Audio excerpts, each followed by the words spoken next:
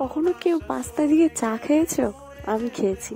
আমার আগের দিন প্রচন্ড পরিমাণে চাউমিন খাওয়ার ইচ্ছা করছিল, কিন্তু যেহেতু বাড়ি চাউমিন ছিল না, তো ভাবলাম পাস্তা দিয়ে চাউমিনটা বানিয়ে ফেলি। অ্যাজ ইউজুয়াল যেমন ভাবে পাস্তাটা সেদ্ধ করে সেরকম ভাবেই করেছিলাম, শুধু তার মধ্যে আমি আলুগুলো দিয়ে দিয়েছিলাম, যাতে পাস্তা যেরকম ভাবে সেদ্ধ হয় আলুটাও যাতে সেরকমই সেদ্ধ হয়। তো আলুটা কিন্তু বেশি গলায়নি, যে হালকা ভেঙে যাচ্ছিল। তো তারপরে সেই জলটা নামিয়ে তাতেই আমি বাঁধাকপিটা সেদ্ধ করে নিয়েছিলাম। বাঁধাকপির পরিমাণ একটু বেশি হয়েছিল, যেহেতু আমরা 4-5 জন খাবো, তো কোনো ব্যাপারই না। তো তারপরে পাস্তা থেকে আলুগুলো এভাবে আলাদা করে নিলাম, নিয়ে এবার হচ্ছে কপি থেকে জলটা কিন্তু চিপে চিপে বের করে দিতে হবে, কারণ ভেতরে জল থাকলে কিন্তু সেটা মাখো মাখো টাইপের হয়ে যাবে। তো তারপরে এখানে 3খানা এগ স্ক্র্যাম্বল করে নিলাম।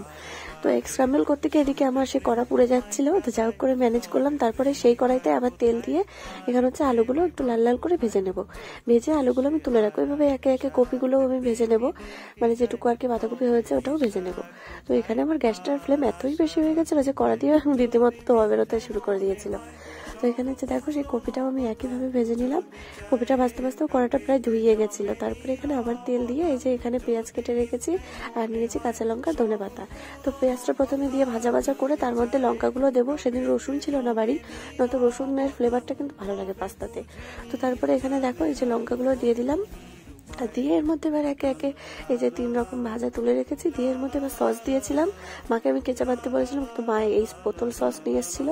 তারপরে এর মধ্যে দিলাম হচ্ছে আলু আর ওই বাঁধাকপিটা, দিয়ে ভালো করে এখানে মিক্স করে নিলাম, যেভাবে চাউমিনে করে আর কি। চাউমিনে কিন্তু বাঁধাকপি এতটাও গলায় না, কিন্তু আমি আলাদা করে একটু সেদ্ধ করে নিয়েছিলাম, যেহেতু আমি কাঁটাটা বড় হয়ে গেছিলো আমার বাঁধাকপি কাঁটাটা। তারপরে এর মধ্যে লবণ দিয়ে পাস্তাতে দিয়ে দিলাম সামান্য হলুদ আর হচ্ছে মিট মশলা, কারণ আমার কাছে ম্যাগি মশলাটা না ছিল না।